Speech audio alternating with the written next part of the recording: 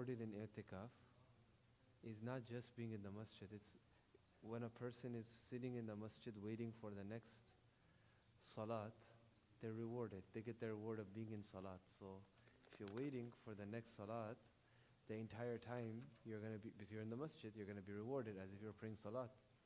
If you're missing rakats of namaz in i'tikaf, that you're defeating the entire purpose of being here, right? I'm talking to the young guys, not the seniors. Seniors are here, and if they're not here, at least their Jani Maz is here. Okay. Bismillahir Rahmanir Rahim. Allahumma salli ala Sayyidina Muhammad wa ala ali Sayyidina Muhammad wa barik wa sallim. رب اشرح لي صدري ويسر لي أمري واحلل عقدة من لساني يفقهوا قولي. وعن أبي هريرة رضي الله عنه, Abu Hurairah رضي الله عنه, he narrates, قال رسول الله صلى الله عليه وسلم. Nabi sallallahu alayhi wa sallam said, يقول العبد, the slave, because in reality we are all slaves of Allah. He says, Mali, Mali, my wealth, my property, my. Nabi sallallahu alayhi wa sallam says, وَإِنَّ مَالَهُ مِن مَالِهِ ثَلَاثٌ. But now Rasulullah sallallahu alayhi wa sallam says, in reality, right, the only things that are actually his wealth are three. مَا أَكَلَ فَأَفْنَى, that which he eats and he finishes. Meaning once you eat it, there's not a possibility of that passing on to anyone else.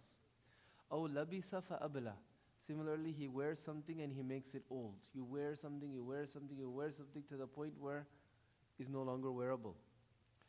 أَوْ أَعْطَى فَقْتَنَى, or they give and they preserve it. You give something, you've preserved that until Qiyamah. These other two things, you eat and you finish it, that's for this dunya. You wear something, you wear it out, you do that for this dunya. But you give something, right? You give something to somebody else, what you've done is you've preserved that forever. That will be in Allah subhanahu wa ta'ala's bank. That's not going to become undone. وَمَا سِوَى ذَلِكَ فَهُوَ ذَاهِبٌ وَتَارِكُهُ لِلنَّاسِ. Everything besides that will leave you, and it will be left behind, right? For people, for your warasa, for the people who are your musa lahus, the people who you leave wasiyat for. Rawahu Muslim. Again, I'll just point out, as Dr. Arafati said yesterday, one of the best things that we could do for the masjid is to sign up for automatic deduction. $50 a month, or if you could do more, do some more. So many ways the sadaqah will be fulfilled. Like you'll be following many different ahadith of Nabi Sallallahu Alaihi Wasallam. Number one, you're giving secretly. You don't even remember that the money is going. Number two, it's consistent. Number three, the help that you're giving the masjid is a constant source of help. It's not like something that's random. The masjid can expect, okay, we'll be getting this much. So again, I encourage people, I think the sign-up forms are in the back. Alhamdulillah, one day we had 10 people. They raised their hand, they volunteered that they would give automatic to the masjid. And just not to expose my own dad, just so you know, I'm also signed up for it as well. Just so I'm not practicing what we're preaching. So if we can, inshallah, make a resolution. If somebody wants to raise their hand and other people do, then inshallah, you'll get the reward if anybody else is encouraged afterwards. But try to sign up for automatic deduction for the masjid, inshallah. Okay? The forms are over there. Does anybody want to volunteer now? No? Khair, inshallah. Next. وعن أنس رضي الله عنه قال قال رسول الله صلى الله عليه وسلم يتبع الميت ثلاثة. Three things follow the deceased. فيرجع إثنان. Two return. Meaning they follow him to the grave. Two of these things they return. ويبقى معه واحد. One thing remains with him. يتبعه أهله. His family follows him. Family goes with the person to bury them. وماله. His wealth. In the old days, what would happen is people would take their animals and this and that with them. Or in some cultures, they would take actual wealth of the person and take it to the grave to show that this is who this person was. Nowadays, your fancy cars, your Mercedes, your Lexus, Tesla, that's the car everybody likes nowadays. Even though I've sat in them before, they're cheap on the inside, right? Whatever. Everybody show, if you like it, right? That follows you to the grave, وَعَمَلُهُ, and the person's deeds follow them as well. فَيَرْجِعُ أَهْلُهُ وَمَالُهُ, the family goes back, the wealth goes back. Not only does the wealth go back, it goes back and it goes to someone else as well. And a lot of times they fight over it too. وَيَبْقَى عَمَلُهُ, his deeds they remain. مُتَّفَقٌ عَلَيْهِ. وعن عبد الله بن مسعود رضي الله عنه قال قال رسول الله صلى الله عليه وسلم, Nabi صلى الله عليه وسلم said, أيكم مال وارثه أحب إليه من ماله. To who of you is your inheritor's wealth more beloved than your own wealth? Let me ask you that. Who loves their inheritors, their children's wealth more than their own wealth? قالوا يا رسول الله, they say, يا رسول الله ما منا أحد إلا ماله أحب إليه من مال وارثه. Every single one of us loves our own wealth more than our inheritor's wealth. قال Nabi صلى الله عليه وسلم responded, فإن ماله ما قدم. Your wealth is that which you've sent forward. You've donated it, so you've preserved it. That's yours. وَمَالُ وَارِثِهِ مَا أَخَّرَ. And whatever you leave behind, that you haven't spent, that you die while it's still in your possession, it belongs to your inheritors. Rawahul Bukhari, Imam Bukhari's hadith. This is one thing also, I'll just make a point of it because it's a question that people have. Allah subhanahu wa ta'ala has set our inheritors in the Quran. Yusikumullahu fi awladikum. They're set, right? In the ayah number 11, ayah number 12 of Surah Nisa, and then the last ayah of Surah Nisa. In this, Allah subhanahu wa ta'ala, He lays out who the inheritors are. Whatever you have left when you die is going to be given to these people whether you like them or not. So there's a concept in Arabic and in Urdu, it's called aq, to make a child aq, to disown somebody. No matter how bad the child is, they're a sinner, you don't like them, whatever the case is, as long as they're a Muslim, they're going to inherit.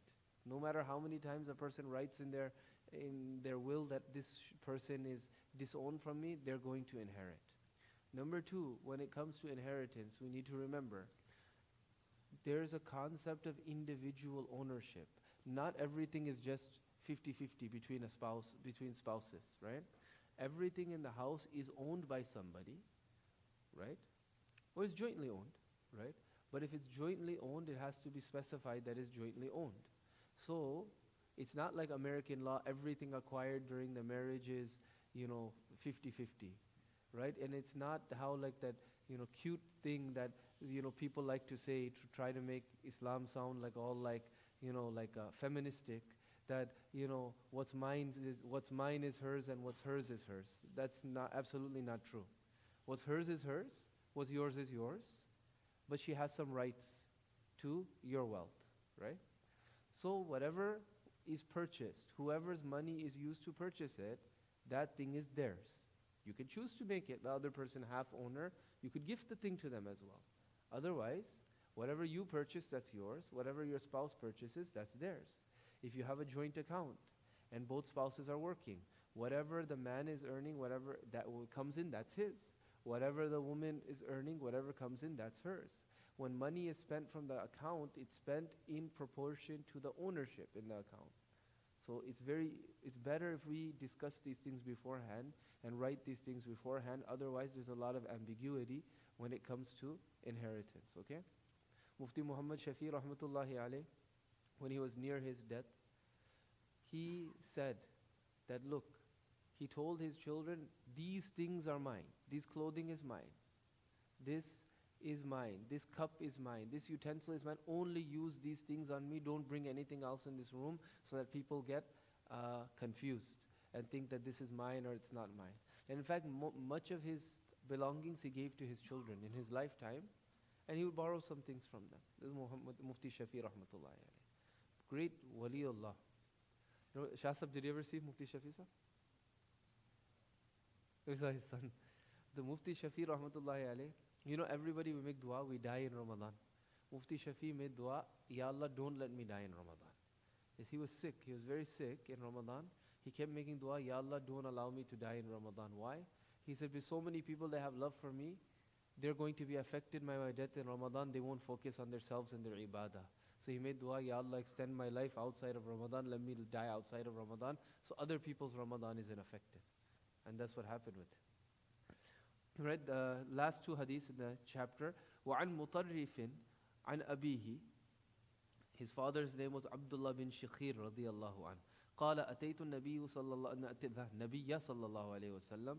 I came to Rasulullah صلى الله عليه وسلم وهو يقرأ, while he was reciting ألهاكم التكاثر, that competition for more has killed you. قال Rasulullah صلى الله عليه وسلم then said يقول ابن آدم, the son of Adam says مالي مالي, my wealth my wealth. قال وهل لك يا ابن آدم إلا ما أكلت فأفنيت أو لبست فأبليت أو تصدقت فأمضيت. But do you really have anything, O son of Adam, except that which you've eaten and you've finished, or that which you've wear and worn out, or that which you've given in sadaqah and you have preserved? رواه مسلم. وعن أبي هريرة رضي الله عنه قال قال رسول الله صلى الله عليه وسلم قال ليس الغنى عن كثرة العرض. A person does not become rich through an abundance of possessions. ولكن الغنى غنى النفس. A person becomes rich when they have richness in their heart. Muttafaqun alayh, Bukhari and Muslim hadith. Meaning the person is satisfied with that which Allah subhanahu wa ta'ala has given them. They're the richest person in the world because they don't need anything from anyone else. Whereas a person who always wants more or has more possessions, they're always worried. Half the times the things are on credit. They're worried about making payments, they're worried about the things going away. Or if they're obsessed with getting more, they're always in need of others in order to get more. But the person who's happy with what they have and don't want any more, nobody more rich than them in this world. May Allah subhanahu wa ta'ala give us this true richness of the heart, wealth of the heart, so that we're happy with Allah and that which Allah subhanahu wa ta'ala has given us. And one more thing I'll just add about sadaqah. There's a concept that sadaqah should be private. But I had spoke about this in the tafsir of Surah Baqarah. There's two types of sadaqah. When you're helping a person, that should be private. It shouldn't be disclosed. When you're helping a cause, that should be exposed. Because why? What it does is it encourages other people as well. May Allah subhanahu wa ta'ala give us all tawfiq. Wa akhiru da'wana.